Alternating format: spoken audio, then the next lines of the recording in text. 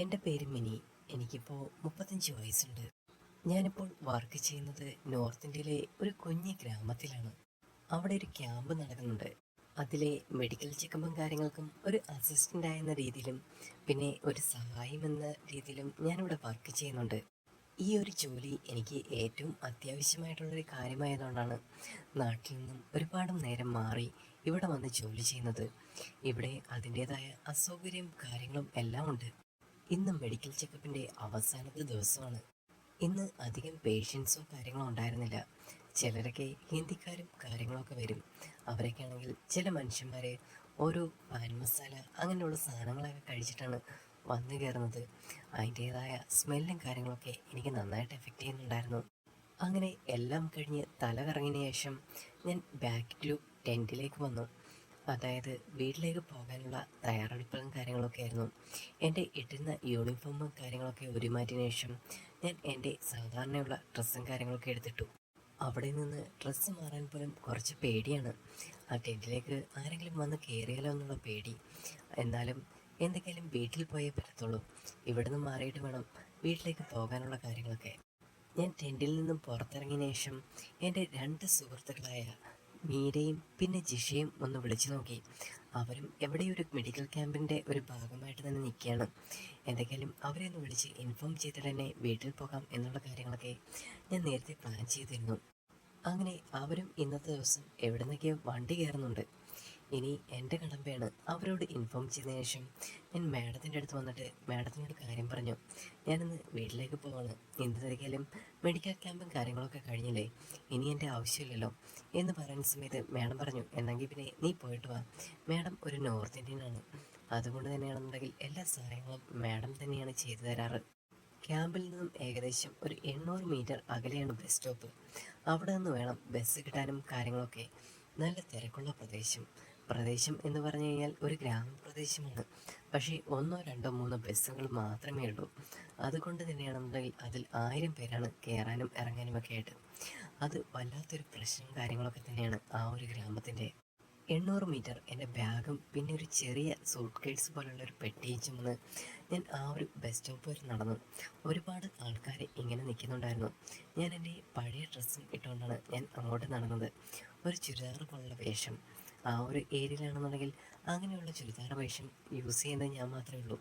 ബാക്കിയെല്ലാം north Indians ആണല്ലോ. അതുകൊണ്ടാണോ എന്തുകൊണ്ടാണെന്നറിയില്ല, എല്ലാ ആൾക്കാരും എന്നെ ഇങ്ങനെ നോക്കുന്നുണ്ട്. ഞാൻ നടന്നു വരുന്നതാണെങ്കിൽ ശരിയനെ ആ ബാഗ് തൂക്കി വെച്ച് ആ ബസ് സ്റ്റോപ്പിലേക്ക് കൊണ്ടുവെക്കുന്നിടം വരെ എല്ലാവരും ശ്രദ്ധിക്കുന്നുണ്ട്. ഞാൻ ആ നിമിഷം എൻ്റെ ഷോൾ പിടിച്ച് ഒന്ന് നേരെയാക്കിയതിന് ശേഷം ഞാൻ ആ പെട്ടിയെടുത്ത് ഒന്ന് താഴേക്ക് വെച്ചു. ആ സമയത്ത് എൻ്റെ തൊട്ടടുത്ത് നിന്ന ഒരു സ്ത്രീയായിരുന്നു, അത്യാവശ്യം പ്രായമുള്ളൊരു സ്ത്രീ. അവരെന്നെ കണ്ടതിന് ശേഷം ഒന്ന് ചിരിച്ചു. ആ സമയത്താണെങ്കിൽ പല്ലിലൊക്കെ കറ പിടിച്ചിരിക്കുന്നതൊക്കെ എനിക്ക് തോന്നി. ഞാൻ എന്താണെന്ന് വെച്ചാൽ ഒന്ന് ചിരിച്ചതിന് ശേഷം ഞാൻ എൻ്റെ മുഖം ഒന്ന് വെട്ടിച്ചു മാറ്റി. എനിക്കങ്ങോട്ട് നോക്കാൻ തന്നെ ഒരു അറപ്പ് പോലെയായിരുന്നു. അതിനുശേഷം ആദ്യത്തെ ബസ് വന്നു. അത് ഏകദേശം ഒരു 5:30-6 മണിക്കിടയിലുള്ള ബസ്സായിരുന്നു. അതായിരുന്നു ആദ്യത്തെ ബസ്. ആദ്യത്തെ ബസ്സിലാണെന്നുണ്ടെങ്കിൽ നിന്ന് നിൽക്കാൻ പോലും സ്ഥലമില്ല. അതുകൊണ്ട് ഞാൻ അവിടെ തന്നെ ഇരുന്നു. എന്തൊക്കെയാലും രണ്ടാമത്തെ ബസ്സും മൂന്നാമത്തെ ബസ്സും ഉണ്ടല്ലോ, അതിൻ്റെ സൗകര്യത്തിന് പോകാമെന്ന് വെച്ചു. ഒന്നാമത്തെ ബസ്സിൽ നിൽക്കാൻ ആളില്ല എന്നിട്ട് പോലും ആൾക്കാർ ഇടിച്ച് കയറുകയായിരുന്നു. ഓരോ പ്രായമായ സ്ത്രീകൾ വരെ ആ ഒരു ഫുട്ബോളിൽ തൂങ്ങിപ്പിടിച്ച് യാത്ര ചെയ്യുന്ന കണ്ടപ്പോൾ എനിക്ക് അതിശയം തോന്നി. എന്ത് ഗ്രാമമാണല്ലേ എന്നൊക്കെ. നമ്മളൊക്കെ ചില സമയത്ത് സ്വർഗത്തിലാണ് ജീവിക്കുന്നത് എന്നും ഞാൻ ചിന്തിച്ചിരുന്നു. അങ്ങനെ രണ്ടാമത്തെ ബസ് വന്നു. രണ്ടാമത്തെ ബസ്സിൻ്റെ കാര്യം പിന്നെ പറയണ്ടല്ലോ, ഇടിച്ച് കയറിയാണ് ആൾക്കാർ. ഇനി എന്തൊക്കെയാലും ഒരു ബസ് മാത്രമേ ഉള്ളൂ. ഇനി പോയില്ല എന്നുണ്ടെങ്കിൽ നാളെ വരെ വെയിറ്റ് ചെയ്യേണ്ടി വരും. അതുവരെ ടെൻറ്റിൽ അഡ്ജസ്റ്റ് ചെയ്യേണ്ടി വരും. അത് വല്ലാത്തൊരു കഷ്ടം തന്നെയാണ്. രണ്ടാമത്തെ ബസ്സിൽ നിൽക്കാൻ ആളില്ല, പക്ഷേ മൂന്നാമത്തെ ബസ്സിൽ കയറിയിരിക്കണം. അത് നല്ല നിർബന്ധമായിട്ടുള്ള കാര്യമാണ്. അതുകൊണ്ട് തന്നെ ഞാൻ എൻ്റെ ബാഗും പിന്നെ ആ ഒരു കയ്യിലുണ്ടായിരുന്ന സൂട്ട് സ്കേർട്സും എടുത്തിട്ട് ഞാൻ പതുക്കെ അങ്ങോട്ട് നടന്നു നിന്നു. കാരണം ബസ് സ്റ്റോപ്പിലാണെങ്കിൽ ഇപ്പോഴും ആൾക്കാർ കൂടുതലാണ്. ഞാൻ മുന്നോട്ട് നടക്കുന്ന സമയത്താണെന്നുണ്ടെങ്കിൽ ഒരു നീല ഷർട്ടുകാരൻ കുറച്ച് നേരമായിട്ട് എന്നെ ഇങ്ങനെ നോക്കുന്നുണ്ടായിരുന്നു. ആൾ എന്നെ നോക്കുന്ന സമയത്താണെന്നുണ്ടെങ്കിൽ ഞാൻ അങ്ങോട്ട് നോക്കുന്നില്ലായിരുന്നു. പകരം അയാൾ പെട്ടെന്ന് ഇങ്ങനെ തിരിഞ്ഞു നോക്കുന്ന സമയത്ത് ഞാനത് അറിയുന്നുണ്ട്. ആളെന്നെ ഇങ്ങനെ തുറച്ചു നോക്കുകയും പിന്നെ ശ്രദ്ധിക്കുകയൊക്കെ ചെയ്യുന്നുണ്ടായിരുന്നു. ഞാൻ അങ്ങോട്ട് കയറി നിന്ന സമയത്ത് തന്നെ ആൾ എൻ്റെ അരികിൽ വന്നിട്ട് നിന്നു. മലയാളിയാണോ എന്നൊരു ചോദ്യം. പെട്ടെന്ന് അത്രയും പേരും ഹിന്ദി സംസാരിച്ചുകൊണ്ടിരിക്കുന്ന സമയത്ത് ഒരു മലയാള ഭാഷ കേട്ട സമയത്താണെങ്കിൽ ഞാൻ തിരിഞ്ഞു നോക്കി. അതെ എന്ന് പറയുന്ന സമയത്ത് അയാൾ പറഞ്ഞു, ഞാനും നാട്ടിലേക്ക് പോകാനായിട്ട് നിൽക്കുക. എന്തെങ്കിലും ഈ ഒരു ബസ്സിൽ നിങ്ങൾ കയറിയില്ല എന്നുണ്ടെങ്കിൽ നിങ്ങൾക്ക് പിന്നെ പോകാൻ പറ്റില്ല കേട്ടോ. അല്ലെന്നുണ്ടെങ്കിൽ ഇവിടെ എന്തെങ്കിലും അഡ്ജസ്റ്റ് ചെയ്യേണ്ടി വരും. പോക്ക് നടക്കത്തില്ല. ഇവിടെ വർക്ക് ചെയ്യുന്നത്, ഇവിടെ തന്നെ നിൽക്കാനുള്ള പ്ലേസും കാര്യങ്ങളൊക്കെ ഉണ്ടോ എന്നൊക്കെ അയാൾ ചോദിച്ചു. ആ സമയത്താണെന്നുണ്ടെങ്കിൽ ഞാൻ പറഞ്ഞു, ഒരു ടെൻറ്റ് മാത്രമേ ഇവിടെ ഉള്ളൂ, മെഡിക്കലിൻ്റെ ഒരു ഭാഗമായിട്ട് ക്യാമ്പയിന് വന്നതാണ്. ആ മനസ്സിലായി, ഒരു ഐൻ്റെ കാര്യങ്ങളൊക്കെ അല്ലേ എന്ന് അയാളും എൻ്റെ അടുത്ത് ചോദിച്ചു. ഞാൻ പറഞ്ഞു, അതെ. ഏതായാലും നിങ്ങൾ പോകുന്നുണ്ടെങ്കിൽ ഈ ലാസ്റ്റ് ബസ്സിൽ തന്നെ കയറണം കേട്ടോ, ഇല്ലെങ്കിൽ പണി കിട്ടും. അപ്പോൾ തന്നെ ഞാൻ പറഞ്ഞു, ഇത്രയും ആൾക്കാർ നിൽക്കുന്നുണ്ടല്ലോ, എൻ്റെ ഈ സൂട്ട് കേട്ട്സും ബാഗും അതൊക്കെ എങ്ങനെ ഞാൻ അകത്തേക്ക് തള്ളിക്കയറ്റും എന്നൊക്കെ ചോദിക്കുന്ന സമയത്ത് അയാൾ ചിരിച്ചുകൊണ്ട് പറഞ്ഞു, അതൊക്കെ കഴിവ് പോലെ തന്നെ ചെയ്യണം. നാട്ടിലെ പോലെ അത്രയും നല്ലൊരു സെക്യൂരിറ്റി കാര്യങ്ങളോ ഇവിടെ കിട്ടത്തില്ല. നമ്മുടെ കാര്യങ്ങൾ നമ്മൾ തന്നെ നോക്കിക്കണം എന്ന് അയാൾ പറഞ്ഞു. ആ സമയത്താണെന്നുണ്ടെങ്കിൽ എല്ലാം ഒന്ന് മൂളിക്കേട്ടതിന് ശേഷം ഒരു മൂന്നാമത്തെ ബസ് എന്ന രീതിയിൽ വരുന്നുണ്ടായിരുന്നു. അതിൽ ആൾക്കാർ തീരെ കുറവാണ് എന്ന് പറയാൻ പറ്റില്ല. ആൾക്കാരുണ്ടെങ്കിലും അത്യാവശ്യം നിൽക്കാൻ സ്പേസ് ഉണ്ട്. പക്ഷേ ഇത്രയും ആൾക്കാർ ഇടിച്ചു കയറി കഴിഞ്ഞാൽ എനിക്ക് കയറാൻ പറ്റില്ല. അതുകൊണ്ട് തന്നെ അയാൾ പെട്ടെന്ന് പറഞ്ഞു, കയറുന്നുണ്ടെങ്കിൽ പെട്ടെന്ന് ചാടി കയറിക്കോ, ഇല്ലെങ്കിൽ എട്ടിൻ്റെ പണി കിട്ടും എന്നതിനെ പറയുന്ന സമയത്താണെന്നുണ്ടെങ്കിൽ ഞാൻ ബാഗ് എടുത്തിട്ട് ബാഗ് വണ്ടി നിർത്തുന്നതിന് മുമ്പേ അങ്ങോട്ടെടുത്ത് എറിഞ്ഞു. ശേഷം ആ ഒരു സൂട്ട് കേസും എടുത്തുകൊണ്ട് പെട്ടെന്ന് ഉള്ളിലോട്ട് ചാടിക്കയറി. ശേഷം എനിക്ക് ഒരു മിഡിലേക്ക് എത്താൻ എനിക്ക് പറ്റിയിരുന്നു. ചിലപ്പോൾ ഫുട്ബോളിലൊക്കെ നിന്ന് കഴിഞ്ഞാൽ നിൽക്കാൻ പറ്റാത്തൊരവസ്ഥയാണ്. ഞാൻ മിഡിലേക്ക് കയറി നിൽക്കുന്ന സമയത്ത് ആ ഒരു നീല ഷർട്ടുകാരൻ എൻ്റെ പിന്നാലെ നിൽക്കുന്നുണ്ടായിരുന്നു. ആ സമയത്ത് അയാൾ എന്നെ നോക്കി ചിരിച്ചു. ഞാനും ഒന്ന് തിരിഞ്ഞിട്ട് ചിരിച്ചു. നിങ്ങൾ പറഞ്ഞില്ലായിരുന്നെങ്കിൽ ഞാൻ പെട്ടുപോയനെ എന്നുള്ള രീതിയിലാണ് എൻ്റെ ആ ഒരു ചിരി. ആ സമയം ഞാൻ കുറച്ചുകൂടെ മുന്നോട്ട് കയറി നിന്നു. ഞാൻ അവിടെ നിൽക്കുന്ന സമയത്ത് കണ്ടക്ടർ അവിടേക്ക് വരുന്നുണ്ടായിരുന്നു. നിൽക്കാൻ ഇടമില്ലെങ്കിലും അയാൾ അപ്പുറത്തെ സൈഡിൽ നിന്നും ഇപ്പുറത്തെ സൈഡിൽ നിന്നും അങ്ങോട്ടും ഇങ്ങോട്ടും പാസ് ചെയ്യുന്നുണ്ട്. ആൾ വന്നതിന് ശേഷം എൻ്റെ കയ്യിൽ നിന്ന് ടിക്കറ്റും കാര്യങ്ങളൊക്കെ എടുത്തു. എന്നിട്ട് ഹിന്ദിയിൽ എന്തോ പറഞ്ഞു. എനിക്കത് മനസ്സിലായത് മുന്നോട്ട് കയറി നിൽക്കാൻ എന്ന് തന്നെയാണ്. ഞാൻ കുറച്ചുകൂടെ അങ്ങോട്ട് കയറി നിൽക്കുന്ന സമയത്ത് എൻ്റെ ഫ്രണ്ടിൽ നിൽക്കുന്നത് ഒരു സ്ത്രീയാണ്. ബാക്കിൽ നിൽക്കുന്നതാണെങ്കിൽ ഈ ഒരു നീല ഷർട്ടുകാരൻ മലയാളി. ആ സമയത്താണെന്നുണ്ടെങ്കിൽ ഞാൻ കുറച്ചുകൂടെ അങ്ങോട്ട് കയറി നിന്നു. ഞാൻ കയറി നിൽക്കുന്ന ആ ഒരു സ്പേസിലേക്ക് തന്നെ അയാളും കയറി നിൽക്കാൻ ശ്രമിക്കുന്നുണ്ട്. എനിക്കെന്നാൽ പെട്ടെന്ന് ഓക്കാനം വരുന്ന ഒരാളാണ്. പക്ഷേ ആ ഒരു ബസ്സിനുള്ളിൽ കയറിയ സമയത്താണെന്നുണ്ടെങ്കിൽ അതിനുള്ള സ്മെല്ലും അങ്ങനെയുള്ള കാര്യങ്ങളൊക്കെ ഇങ്ങനെ അടിക്കാൻ തുടങ്ങി. ഞാൻ ഒരു നിമിഷമാണെന്നുണ്ടെങ്കിൽ പുറകേട്ട് തിരിഞ്ഞു നോക്കി. അതിനുള്ളിൽ കോഴി വരെ ഉണ്ടായിരുന്നു. അങ്ങനെ അതിനെ പിടിച്ചു വെച്ചുകൊണ്ടിരിക്കുന്ന ആൾക്കാർ, പിന്നെ പാൻ മസാല പോലുള്ള അങ്ങനെയൊക്കെ കഴിക്കുന്ന ആൾക്കാർ, അതൊക്കെയുള്ള ആ ഒരു ബസ്സിലായിരുന്നു ഞാനിങ്ങനെ പൊയ്ക്കൊണ്ടിരുന്നത്. ഫുട്ബോളിലൊക്കെ ആൾക്കാർ തൂങ്ങി പിടിച്ച് നിൽക്കുന്നു. ഞാൻ ഇങ്ങനെ അറ്റത്തായതുകൊണ്ട് എനിക്ക് പേടിക്കാനൊന്നുമില്ല. പക്ഷേ ഈ ഒരു തിക്കും തിരക്കിൽ എനിക്ക് നിൽക്കാൻ പറ്റുന്നില്ലായിരുന്നു. ആ ഒരു സമയത്തായിരുന്നു എൻ്റെ ഷോളാണെന്നുണ്ടെങ്കിൽ ഒന്ന് താഴോട്ട് വീണ് കിടക്കായിരുന്നു. പെട്ടെന്ന് എൻ്റെ ഷോള് കഴുത്തിൽ നിന്നും ആരോ പിടിച്ച് വലിച്ചുകൊണ്ട് പോകുന്ന കണക്ക് എനിക്കിങ്ങനെ തോന്നി. ആ ടൈമിൽ ഞാനിങ്ങനെ ഷോളിൽ പിടിക്കുമ്പോൾ അതിങ്ങനെ താഴോട്ട് ഊരിപ്പോകുന്നു. ആ ടൈമിൽ തന്നെ അത് പിന്നെയും പൊട്ടിച്ച് അത് ആരുടെ കയ്യിലേക്ക് പടർന്നു പോകുന്ന കണക്ക് ഞാനിപ്പോൾ ഷോളില്ലാതെ നിൽക്കുകയായിരുന്നു. അപ്പോൾ തന്നെ ഞാൻ നോക്കുന്ന സമയത്ത് ഒരു കൊച്ചുകുട്ടിയാണെന്നുണ്ടെങ്കിൽ അവിടെ നിന്ന് ഷോൾ പിടിച്ച് വലിച്ചുകൊണ്ട് ഓടിയതായിരുന്നു. ഞാൻ പെട്ടെന്ന് തന്നെ ആ ഒരു കൊച്ചുകുട്ടിയുടെ കയ്യിൽ നിന്ന് ആ ഷോൾ തട്ടിപ്പിടിച്ച് മേടിച്ച് പഴയ രീതിയിലാക്കി. ആ സമയത്ത് തന്നെ ആൾ പറഞ്ഞു, ശ്രദ്ധിക്കണം കേട്ടോ, ഇവിടെയുള്ള പിള്ളേരെല്ലാം പ്രശ്നമാണ് എന്ന് പറഞ്ഞുകൊണ്ട് ആളിങ്ങനെ തിരിയുന്ന സമയത്ത് ഞാൻ ഷോളും നേരെയാക്കി. അയാളും എൻ്റെ ഷോള് നേരെയാക്കാനൊക്കെ ഒന്ന് ഹെൽപ്പ് ചെയ്തു തന്നു. ആ സമയം ഞാൻ അയാളെ നോക്കി ഒന്നോടൊന്ന് ചിരിച്ചു. ഞാൻ പറഞ്ഞു, ഞാൻ ശ്രദ്ധിച്ചില്ല എന്ന് പറഞ്ഞു. ആ സമയത്താണെന്നുണ്ടെങ്കിൽ അയാളും ഒന്ന് പുഞ്ചിരിച്ചു, ഞാനും ഒന്ന് പുഞ്ചിരിച്ചു. പെട്ടെന്ന് അയാൾ എൻ്റെ അടുത്ത് ചോദിച്ചു, നാട്ടിലെവിടെയാണ്? ഞാനങ്ങനെ ഡിസ്ട്രിക്റ്റും കാര്യങ്ങളും എല്ലാം പറഞ്ഞു കൊടുത്തു. ആ സമയത്ത് ആളും എൻ്റെ അടുത്ത് എല്ലാം പറഞ്ഞു. അങ്ങനെ ആ ടൈമിൽ അയാളുടെ ജോലിയും കാര്യങ്ങളും എല്ലാം പറയുന്ന സമയത്താണെന്നുണ്ടെങ്കിൽ വീണ്ടും തിരക്കി ഇങ്ങനെ കയറി വന്നു. ആളാണെങ്കിൽ നിൽക്കാൻ പറ്റാത്തൊരവസ്ഥയിൽ എൻ്റെ ഷോൾഡറിൽ പിടിച്ചിട്ടാണ് അങ്ങനെ നിൽക്കുന്നത്. ആ സമയം എനിക്ക് മനസ്സിലാവുമായിരുന്നു അയാളുടെ നിസ്സഹായാവസ്ഥയും കാര്യങ്ങളും. അയാൾക്ക് നിൽക്കാൻ ഒരു സ്പേസ് പോലുമില്ല. ഞാൻ പറഞ്ഞു, ഇച്ചിരി കൂടെ കയറി നിന്നോളൂ, എനിക്ക് പ്രശ്നമൊന്നുമില്ല എന്ന് പറയുമ്പോൾ അയാൾക്കൊരാശ്വാസമായിരുന്നു. അയാൾ കുറച്ചുകൂടെ മുന്നോട്ട് കയറി നിന്നു. ശരിക്കും എന്താണ് ഇവിടുത്തെ അവസ്ഥയൊക്കെ, ജനങ്ങളുടെയൊക്കെ ഒരു കാര്യങ്ങൾ എന്നൊക്കെ ഞാൻ ചിന്തിക്കുന്ന സമയത്ത് പെട്ടെന്ന് വണ്ടിക്ക് എന്തോ പ്രശ്നവും കാര്യങ്ങളുള്ള കണക്ക് വണ്ടി അങ്ങോട്ടും ഇങ്ങോട്ടൊക്കെ ആടി ഉലയുന്നുണ്ടായിരുന്നു. ഞാൻ ഒട്ടും പ്രതീക്ഷിക്കാതെ തന്നെ വണ്ടിയാണെന്നുണ്ടെങ്കിൽ അങ്ങനെ ആടി ഉലഞ്ഞ് പെട്ടെന്ന് അത്രയും ആൾക്കാരുമായിട്ട് ഒരു ചെറിയൊരു മരത്തിൻ്റെ അടുത്തോട്ട് കൊണ്ടുവന്ന് ഒറ്റയിടി. ശേഷമാണെന്നുണ്ടെങ്കിൽ അവിടെ നിന്നതിന് ശേഷം വണ്ടി ഒരു കുഴിയിലേക്ക് ഇങ്ങനെ വീഴാനാഞ്ഞു. ആ ടയറാണെന്നുണ്ടെങ്കിൽ പകുതിയും ഒരു ചെളിയിൽ പൊതഞ്ഞ കണക്ക് അതേപോലെ ആയിപ്പോയി. പെട്ടെന്ന് എല്ലാവരും അത് തള്ളി മാറ്റാനും എല്ലാത്തിനുമൊക്കെ ഇറങ്ങുന്നുണ്ടായിരുന്നു. ഞാനും പുറത്തേക്ക് ഇറങ്ങി. ആ സമയത്ത് ആ ഒരു കണ്ടക്ടർ പറഞ്ഞു, ഈ സമയത്ത് ഇവിടുന്ന് വണ്ടി അനക്കാൻ പറ്റത്തില്ല, ആകെ ബുദ്ധിമുട്ടായിട്ട് കിടക്കുകയാണ്, അത് ഇങ്ങനെ കിടക്കുന്നതുകൊണ്ട് അനങ്ങാൻ പറ്റില്ല എന്ന് പറഞ്ഞു. വണ്ടിക്കകത്തുണ്ടായിരുന്ന ഹിന്ദിക്കാരെല്ലാം ഇറങ്ങി ആ ഒരു കണ്ടക്ടറിനെയും പിന്നെ ആ ഒരു ഡ്രൈവറിനെയും നല്ല രീതിയിൽ തെറി പറയുന്നുണ്ടായിരുന്നു.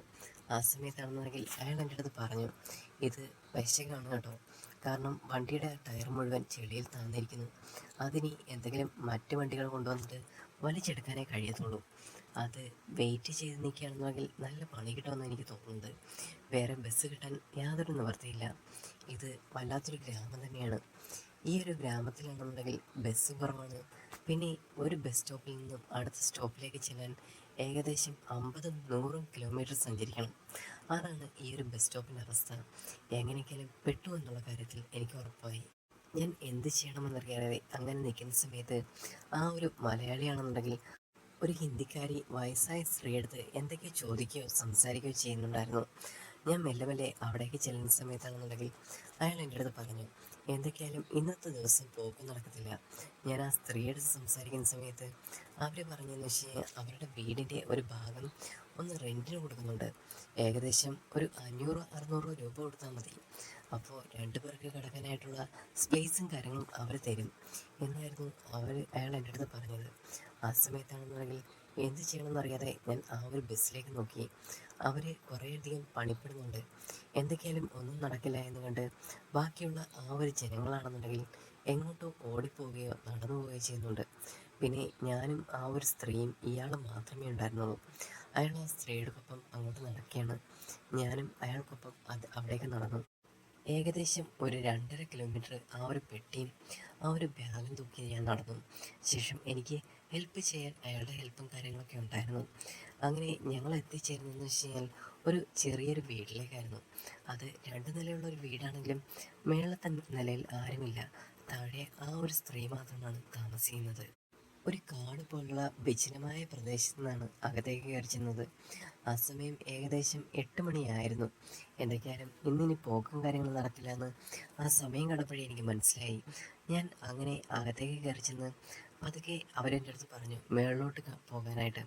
ആദ്യം ഹിന്ദി എനിക്ക് മനസ്സിലായില്ലെങ്കിലും അവർ പറയുന്ന ആംഗ്യം കണ്ടുകൊണ്ട് ഞാൻ മേളിലോട്ട് ചെന്നു. ആ സമയം ഒരു കുഞ്ഞ് റൂം മാത്രമായിരുന്നു അതിനകത്തുണ്ടായിരുന്നത്. അപ്പോൾ ഞാൻ അയാളോട് ചോദിച്ചു, ഇവിടെ ഒരൊറ്റ റൂം മാത്രമേ ഉള്ളൂ, അതെങ്ങനെയാണ് അഡ്ജസ്റ്റ് ചെയ്യാൻ പറ്റുക എന്ന് പറഞ്ഞു. അവരുടെ അടുത്ത് വേറെ ഒന്നും പറയണ്ട, ഞാൻ അവരുടെ അടുത്ത് സംസാരിച്ചതെന്ന് വെച്ചാൽ നമ്മൾ ഭാര്യ ഭർത്താക്കന്മാർ അങ്ങനെയുള്ള രീതിയിലാണ് പറഞ്ഞിട്ട് കൊണ്ടുവന്നത്, അല്ലെങ്കിൽ അവർ റൂം തരില്ല എന്നായിരുന്നു അയാളുടെ അടുത്ത് പറഞ്ഞത്. ആ സമയമാണെന്നുണ്ടെങ്കിൽ എനിക്കൊന്ന് പന്തികേട് പോലെ തോന്നി. അപ്പോൾ തന്നെ വീട്ടിലാണെങ്കിൽ ഇതൊക്കെ അറിഞ്ഞു കഴിഞ്ഞാൽ എന്തൊക്കെ പ്രശ്നമാകും എന്നൊക്കെ ഞാൻ ചിന്തിച്ചു. ഞാൻ എൻ്റെ ഫ്രണ്ട്സായ മീരയും ജിഷയും ഒന്ന് വിളിച്ചു. ശേഷം നടന്ന കാര്യങ്ങളെല്ലാം അവരോട് പറഞ്ഞു. ആ സമയം അവർ തന്നെ എൻ്റെ അടുത്ത് പറഞ്ഞു തന്നു, എടി നീ ചെയ്ത കാര്യമാണ് നല്ലത്, അവിടെങ്ങാനും പെട്ടുപോയി കഴിഞ്ഞാൽ പിന്നെ നമ്മുടെ പൊടി പോലും കിട്ടത്തില്ല, അങ്ങനെയുള്ള പ്രദേശങ്ങളാണ് അതൊക്കെ, അതുകൊണ്ട് നീ എവിടെയെങ്കിലും സെറ്റിലാവാൻ നോക്ക്, നാളെ എന്തൊക്കെയാലും ബസ് വരുന്ന സമയത്ത് എങ്ങനെയെങ്കിലും ഇങ്ങോട്ട് വന്നാൽ മതി, അതായിരുന്നു അവർ പറഞ്ഞത്. അങ്ങനെ ഞാൻ ആ റൂമിലേക്ക് കയറി. അവിടെയാണെങ്കിൽ ഒരു കൊച്ചു റൂം, 2 പേർക്ക് നിൽക്കാൻ പോലും ഒരിടമില്ല. അപ്പോൾ തന്നെ ഏകദേശം ഒരു 9 മണി കഴിഞ്ഞിരുന്നു. ആ ടൈമിൽ തന്നെ ആളെൻ്റെ അടുത്ത് വന്ന് പറഞ്ഞു, തനിയെ കുളിക്കണമെന്നുണ്ടെങ്കിൽ ദേ അവിടെ ബാത്റൂം ഉണ്ട് കേട്ടോ, ടെറസിൻ്റെ ഒരു സൈഡിലായിട്ട് ഒരു ബാത്റൂം കെട്ടിയിട്ടുണ്ട്, അത് സെപ്പറേറ്റ് ആയിട്ട് കെട്ടിയിട്ടേക്കുന്നതാണ്, അവിടെയാണ് കുളിച്ചിട്ട് വരേണ്ടത്. ഞാൻ എൻ്റെ തുണിയും കാര്യങ്ങളൊക്കെ എടുത്ത് അവിടേക്ക് പോയി. ഞാൻ കുളിച്ച് റെഡിയായി എൻ്റെ ഡ്രസ്സും നൈറ്റ് ഡ്രസ്സൊക്കെ ഇട്ട് ഞാൻ പുറത്തേക്ക് ഇറങ്ങി വന്നു. ആ സമയമാണെന്നുണ്ടെങ്കിൽ അയാൾ കഴിക്കാനുള്ള ഭക്ഷണമൊക്കെ ഉണ്ടാക്കിയാണോ അതോ പുറത്തുനിന്ന് വാങ്ങിച്ചോണോ എന്നറിയില്ല, കൊണ്ടുവന്ന് അവിടെ വെച്ചേക്കുന്നു, ബാ ഭക്ഷണം കഴിക്കാം എന്ന് പറഞ്ഞുകൊണ്ട് എന്നെ ക്ഷണിച്ചു. ഞാൻ അവിടേക്ക് ചെല്ലുന്ന സമയത്ത് അയാൾ ഭക്ഷണവും കാര്യങ്ങളൊക്കെ എടുത്ത് എനിക്ക് തന്നു. ഞാൻ അതും കഴിച്ചുകൊണ്ട് ഞാൻ ആ കട്ടിലേക്ക് നോക്കി. ഒരു ചെറിയൊരു കട്ടിൽ മാത്രം, ഏകദേശം ഒരു സിംഗിളായിട്ടുള്ള ഒരാൾക്ക് കിടക്കാം, അത്ര മാത്രമേ ഉള്ളൂ, അവിടെ എങ്ങനെ കിടക്കും എന്നൊക്കെ ഞാൻ ചിന്തിച്ചു. അതിനുശേഷം അയാളെ ഒന്ന് നോക്കി. അയാളൊരു കുസലമില്ലാതെ ഇരുന്ന് ഭക്ഷണം കഴിക്കുകയായിരുന്നു. ആ സമയമാണെന്നുണ്ടെങ്കിലും ഞാൻ ആ നിമിഷമാണെന്നുണ്ടെങ്കിൽ പുറത്തേക്ക് നോക്കുന്ന സമയത്ത് ചെറിയ മഴയും കാര്യങ്ങളൊക്കെ പെയ്യുന്നുണ്ട്. ആ ഒരു മഴവെള്ളമാണെന്നുണ്ടെങ്കിൽ നേരെ ആ ഞങ്ങൾ താമസിക്കുന്ന ആ ഒരു കോട്ടേഴ്സിനുള്ളിലേക്ക് തെറിച്ച് വീഴുന്നുണ്ട്. കാരണം ശക്തിയായിട്ടുള്ള കാറ്റും കാര്യങ്ങളൊക്കെ ഉണ്ട്. അതുകൊണ്ട് തന്നെ മഴവെള്ളം നല്ല അമ്പരപ്പോടെയാണ് പെയ്ത് വീഴുന്നത്. ഞാനിങ്ങനെ കഴിക്കാതിരിക്കുന്ന സമയത്ത് അയാൾ തന്നെ എൻ്റെ അടുത്ത് വന്ന് പറഞ്ഞു, അതെ, ഭക്ഷണം നന്നായിട്ട് കഴിച്ചോട്ടോ കേട്ടോ, നാളെയാണെന്നുണ്ടെങ്കിൽ അവിടെ എത്തുന്നത് വരെ കഴിക്കാൻ പറ്റില്ല, ഉച്ചയാവും ബസ് കിട്ടിയിട്ട് അവിടെ എത്താനായിട്ട് എന്നയാൾ എൻ്റെ അടുത്ത് പറഞ്ഞു. അങ്ങനെ ഞാൻ ഭക്ഷണം മുഴുവൻ എടുത്ത് കഴിച്ചു. ആ സമയത്താണെന്നുണ്ടെങ്കിൽ ആ ഒരു വയസ്സായ സ്ത്രീ അവിടെ എന്തൊക്കെയോ പൂജകളോ മന്ത്രങ്ങളോ ഒക്കെ ചെയ്യുന്നുണ്ടായിരുന്നു. അതിൻ്റേതായ ശബ്ദവും കാര്യങ്ങളൊക്കെ അവിടേക്ക് കേൾക്കുന്നുണ്ട്. അതെല്ലാം കേട്ടിട്ട് ഞാൻ ഭക്ഷണം കഴിച്ചിട്ട് ആ പൊതിയും കാര്യങ്ങളൊക്കെ താഴേക്ക് ആ ഒരു കാട്ടിലേക്ക് വലിച്ചെറിഞ്ഞു. അപ്പോൾ തന്നെ ആൾ വന്ന് എൻ്റെ പിന്നിൽ നിൽപ്പുണ്ടായിരുന്നു. പെട്ടെന്ന് അദ്ദേഹത്തിൻ്റെ ശരീരത്തിൽ ഞാനൊന്ന് മുട്ടുകയും ചെയ്തു. ഞാനൊരു സോറി പറഞ്ഞതിന് ശേഷം അകത്തേക്ക് കയറി ചെന്നു. ശേഷം അയാളും ഞാനും മാത്രമേ ഉണ്ടായിരുന്നുള്ളൂ ആ റൂമിലായിട്ട്. അങ്ങനെ ഞങ്ങൾ രണ്ടുപേരും ആ റൂമിലിങ്ങനെ നിൽക്കുകയായിരുന്നു, എന്ത് ചെയ്യണമെന്നറിയാതെ. പെട്ടെന്ന് ഞാൻ അയാളോട് ചോദിച്ചു, എങ്ങനെയിപ്പം കിടക്കുന്നതും കാര്യങ്ങളൊക്കെ, അങ്ങനെ ഇവിടെ എങ്ങനെ അഡ്ജസ്റ്റ് ചെയ്യുക എന്നൊക്കെ ചോദിച്ചു.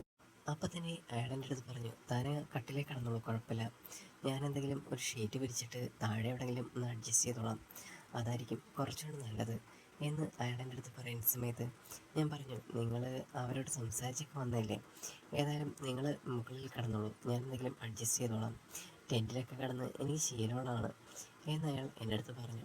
അങ്ങനെ ഞങ്ങൾ രണ്ടുപേരും പരസ്പരം ആ ഒരു കാര്യങ്ങളൊക്കെ ഇങ്ങനെ പറഞ്ഞുകൊണ്ടിരിക്കുന്ന സമയത്ത് അയാൾ എൻ്റെ അടുത്ത് പറഞ്ഞു, താനവിടെ കിടന്നോളൂ എന്ന് പറഞ്ഞ് എന്നെ കയ്യിൽ പിടിച്ചുകൊണ്ട് തന്നെ കട്ടിലിൽ കൊണ്ടിരുത്തി. ആ സമയമാണെന്നുണ്ടെങ്കിൽ ഞാൻ പെട്ടെന്ന് ഒന്ന് തെന്നിയിട്ട് പെട്ടെന്ന് ആ ഒരു നടുവടിച്ചിട്ട് നേരെ കട്ടിലേക്ക് വീണു. ആ സമയം എനിക്ക് നന്നായിട്ട് ഉളുക്കിയിട്ടുണ്ട്. ആ ഒരു ടൈമിൽ തന്നെ ആൾ പറഞ്ഞു, അയ്യോ, ഞാൻ അറിയാതെ പിടിച്ചാണ് കേട്ടോ ഇരിക്കാൻ വേണ്ടിയിട്ട് എന്ന് പറയുന്ന സമയത്ത് ഞാൻ അയാളുടെ അടുത്ത് പറഞ്ഞു, എൻ്റെ നന്നായിട്ട് ഉളുക്കി മാഷേ എന്ന് അയാൾ എൻ്റെ അടുത്ത് പറയുമ്പോൾ അയാൾ എൻ്റെ അടുത്ത് ഒന്ന് തടവി തന്നു. ഞാൻ കണ്ടില്ലായിരുന്നു കേട്ടോ, പെട്ടെന്ന് ഇങ്ങനെ പിടിച്ച സമയത്ത് ഇങ്ങനെ തെന്നുന്നത് ഞാൻ അറിഞ്ഞിട്ടില്ലായിരുന്നു എന്നൊക്കെ പറഞ്ഞ് ആൾ എനിക്ക് നല്ല ഹെൽപ്പും കാര്യങ്ങളൊക്കെ ചെയ്യുന്നുണ്ടായിരുന്നു. പെട്ടെന്ന് ആ ഒരു ഉളുക്കോടെ ഞാനിങ്ങനെ കിടക്കുന്ന സമയത്ത് ആളെൻ്റെ കാല് പിടിച്ചിട്ട് ഒന്ന് റെഡിയാക്കി തന്നു. പെട്ടെന്ന് ഇങ്ങനെയൊന്ന് ഉളുക്ക് കാര്യങ്ങളൊക്കെ ആണെന്നുണ്ടെങ്കിൽ ഒന്ന് കുടഞ്ഞെടുത്താൽ മതി, അല്ലാതെ ഈ ഒരു കാര്യങ്ങളൊന്നും ശരിയാവില്ല എന്ന് പറഞ്ഞ് ആൾ കുടയുന്ന സമയത്താണെന്നുണ്ടെങ്കിൽ ഞാൻ പറഞ്ഞു, മതി മതി, എൻ്റെ ഡ്രസ്സിങ്ങനെ കയറിപ്പോകുന്നുണ്ട് എന്ന് പറഞ്ഞുകൊണ്ട് ഞാൻ കാലൊന്ന് പിടിച്ച് മാറ്റി റെഡിയാക്കി വെച്ചു. ശേഷം ഞാനൊന്ന് എഴുന്നേൽക്കാൻ ശ്രമിച്ചു. ഉളുക്ക് ഉണ്ടായിട്ടും ചെറിയ വേദനയുണ്ട്, എങ്കിലും പ്രശ്നമില്ല എന്ന് ഞാൻ ഇങ്ങനെ വിചാരിച്ചു. ശേഷം ഞാൻ പുറത്തേക്കൊക്കെ ഒന്നിറങ്ങി അങ്ങോട്ടും ഇങ്ങോട്ടും നടന്നു. പുറത്ത് നല്ല മഴ പെയ്യുന്നതുകൊണ്ട് തന്നെ ആ ഒരു തണുപ്പും കാര്യങ്ങളൊക്കെ കാറ്റടിച്ച് അകത്തേക്ക് കയറുന്നുണ്ട്. ഞാൻ അയാളുടെ അടുത്ത് പറഞ്ഞു, നല്ല തണുപ്പാണ് കേട്ടോ പുറത്ത്. അങ്ങനെ ആ ഒരു സമയത്താണെന്നുണ്ടെങ്കിൽ ഞാനും അയാളും തിരിച്ചു വന്ന് ആ ഒരു കട്ടിൽ തന്നെ ഇരുന്നു. അയാൾ താഴെ കിടക്കുന്ന ആ ഒരു പുറപ്പാടുകളൊന്നും കാണുന്നില്ല. അങ്ങനെ ഇരിക്കുന്ന സമയത്താണെന്നുണ്ടെങ്കിൽ ആളെൻ്റെ അടുത്ത് ചോദിച്ചു, താൻ പുസ്തകമൊക്കെ വായിക്കാറുണ്ടോ എന്ന് ചോദിക്കുന്ന സമയത്ത് ഞാൻ പറഞ്ഞു, അധികമില്ല, എന്തെങ്കിലും കിട്ടിയാൽ വായിക്കും എന്ന് പറഞ്ഞുകൊണ്ടിരിക്കുന്ന സമയത്ത് ആൾ കുറച്ച് പുസ്തകങ്ങളൊക്കെ എടുത്തു വെച്ചു. നമുക്കിത് വേണമെങ്കിൽ വായിച്ചിരിക്കാമല്ലോ എന്ന് പറഞ്ഞുകൊണ്ട് ഞങ്ങൾ രണ്ടുപേരും കൂടി ഇന്ന് ജസ്റ്റ് ഒന്ന് വായിക്കാൻ നോക്കി. ആ സമയത്ത് വളരെയധികം പ്രണയവും റിയലിസ്റ്റിക് ആയിട്ടുള്ള നോവലുകളും കാര്യങ്ങളൊക്കെ ആയിരുന്നു. അതൊക്കെ ഇരുന്ന് വായിച്ച് ഒരു രസമായിട്ട് ഇങ്ങനെ ഇരുന്നു.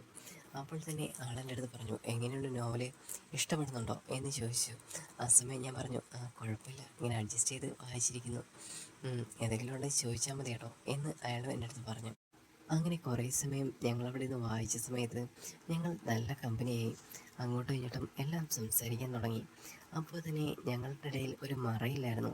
എനിക്ക് എന്തും പറയാനൊരു ലൈസൻസ് കിട്ടിയതുപോലെ ഞാൻ അയാളടുത്ത് തട്ടിക്കയറിയൊക്കെ സംസാരിക്കാൻ തുടങ്ങി.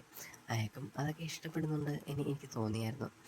അപ്പോൾ തന്നെയാണെന്നുണ്ടെങ്കിൽ അതൊരു വല്ലാത്തൊരു മൊമെൻ്റ് പോലെ എനിക്ക് തോന്നി. പെട്ടെന്ന് ആ ഒരു അടുപ്പവും കാര്യങ്ങളും എല്ലാം അതെല്ലാം നന്നായിട്ട് തന്നെ എനിക്ക് തോന്നിയിരുന്നു. ശേഷം ഞങ്ങൾ രണ്ടുപേരും പതുക്കെ പതുക്കെ കട്ടിൽ നിന്ന് എഴുന്നേറ്റ് ആൾ എന്നെ ഒന്ന് പിടിച്ചുകൊണ്ടായിരുന്നു നടക്കുന്നത്. മറ്റൊന്നുമല്ലായിരുന്നു, എനിക്ക് നല്ല ഉളുക്കും കാര്യങ്ങളൊക്കെ ഉണ്ടായതുകൊണ്ട് തന്നെ അങ്ങനെ പിടിച്ചു കൊണ്ടുവന്നിട്ട് നേരെ ആ ഒരു ബാൽക്കണിയിലേക്ക് നിന്നു. രണ്ടുപേരും അവിടെ നിൽക്കുന്ന സമയത്ത് വല്ലാത്ത രസമുണ്ടായിരുന്നു. ആ ഒരു കാറ്റും മഴയും കാര്യങ്ങളൊക്കെ അതൊക്കെ ഇങ്ങനെ അടിച്ചു വരുന്ന സമയത്ത് ആളെൻ്റെ പിന്നിൽ വന്ന് നിൽപ്പുണ്ടായിരുന്നു. അപ്പോൾ നല്ലൊരു ഫീലുണ്ടായിരുന്നു, കാറ്റിൻ്റെയും മഴയുടെയും എല്ലാം ഞങ്ങളിങ്ങനെ എൻജോയ് ചെയ്ത് നിന്നു. വല്ലാത്തൊരു മൊമെൻ്റായിട്ട് എനിക്ക് തോന്നി. അങ്ങനെ ആ ഒരു ദിവസം അയാൾ തറയിൽ കിടന്നു, ഞാനാണെങ്കിൽ കട്ടിലിലും കിടന്നു. അങ്ങനെ മാറിക്കിടന്നതിന് ശേഷം രാവിലെ ആയപ്പോൾ അയാൾ എന്നെ വിളിച്ചു, അതെ, ഇപ്പം ഇറങ്ങിക്കഴിഞ്ഞാലേ ഉച്ചയ്ക്ക് അവിടെ എത്താൻ പറ്റത്തുള്ളൂ എന്ന് പറഞ്ഞുകൊണ്ട് ഞങ്ങൾ എല്ലാം റെഡിയായതിനു ശേഷം രാവിലെ തന്നെ അവിടെ നിന്ന് ഇറങ്ങി. ബസ് കിട്ടിയതിനു ശേഷം ആ ഒരു റെയിൽവേ സ്റ്റേഷനിലെത്തി ആളും ഞാനും യാത്ര പറഞ്ഞു. ഇതായിരുന്നു ഇന്നത്തെ ഈ ഒരു കഥ നിങ്ങൾക്ക് എല്ലാവർക്കും ഇഷ്ടപ്പെട്ടു എന്ന് വിചാരിക്കുന്നു. ഇഷ്ടപ്പെട്ട് കഴിഞ്ഞാൽ ലൈക്ക് ചെയ്യുക, സബ്സ്ക്രൈബ് ചെയ്യുക, കമൻറ്റ് ചെയ്യുക കേട്ടോ. അപ്പം നിങ്ങൾക്ക് എന്തെങ്കിലും അഭിപ്രായങ്ങളുണ്ടെങ്കിൽ കമൻറ്റ് ചെയ്യണം. എന്താണെന്നുണ്ടെങ്കിൽ കമൻറ്റ് ചെയ്യണം കേട്ടോ. ബൈ ബൈ, വീണ്ടും കാണാം.